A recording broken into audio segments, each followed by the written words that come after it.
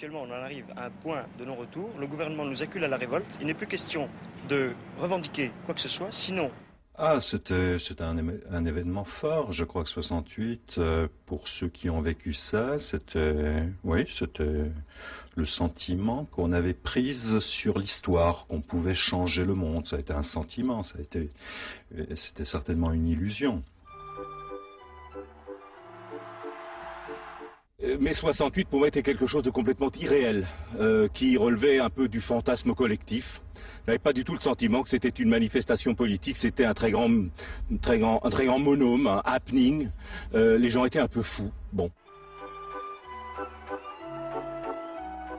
Et puis au fond, la presse avait titré quelques journées auparavant « La France s'ennuie ». Donc la France s'ennuie, il faut faire quelque chose. Quand la jeunesse s'ennuie, il faut qu'elle bouge. Pour moi, ça a été, je dirais, l'émergence à la conscience politique. J'ai découvert la politique à partir de là.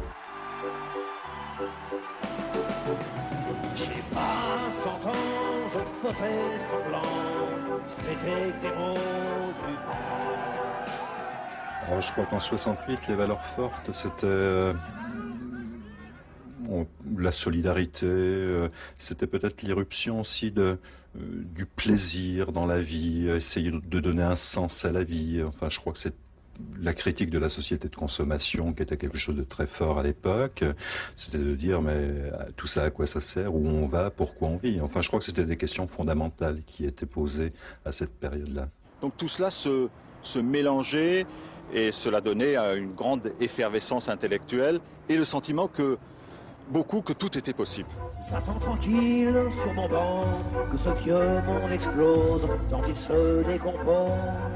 68, pour moi, mon souvenir le plus fort, c'est les gens qui se parlent. Hein. Tout le monde se parlait, quelles que soient les catégories sociales, les groupes sociaux. Des gens qui ne s'étaient jamais rencontrés se parlaient. Ça a été pour moi l'élément très fort, enfin dans mon souvenir, c'était cet immense débat qui a occupé toute la France pendant quand même quelques semaines. Quand j'ai appris que le drapeau noir flottait sur l'université de Strasbourg, je me suis dit avec beaucoup de camarades, bon sang de bon sang, on ne s'est pas battu, on n'a pas risqué notre vie contre les nazis pour voir aujourd'hui le drapeau noir flotter sur un des principaux édifices de la ville de Strasbourg. Et c'est ce qui nous a fait bouger. Nous voulions que les choses bougent, nous voulions la réforme, nous voulions même la révolution tranquille.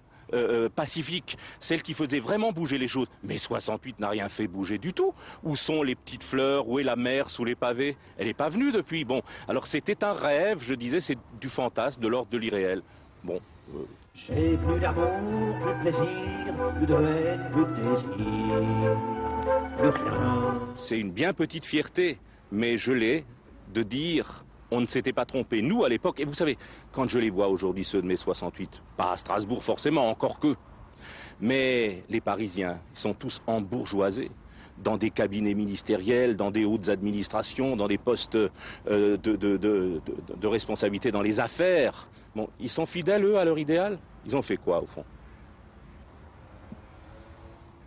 Nostalgique bien sûr, parce que c'était il y a 25 ans et que j'étais de 25 ans plus jeune qu'aujourd'hui.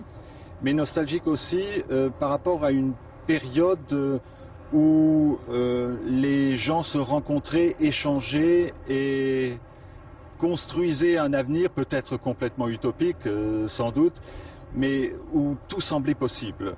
De nos jours, lorsqu'on voit les pesanteurs, les difficultés, c'est évidemment avec une certaine nostalgie que je me retourne vers cette époque. Je souhaite pas aux petits jeunes une bonne guerre, vu que moi j'en ai pas eu, à part mai 68.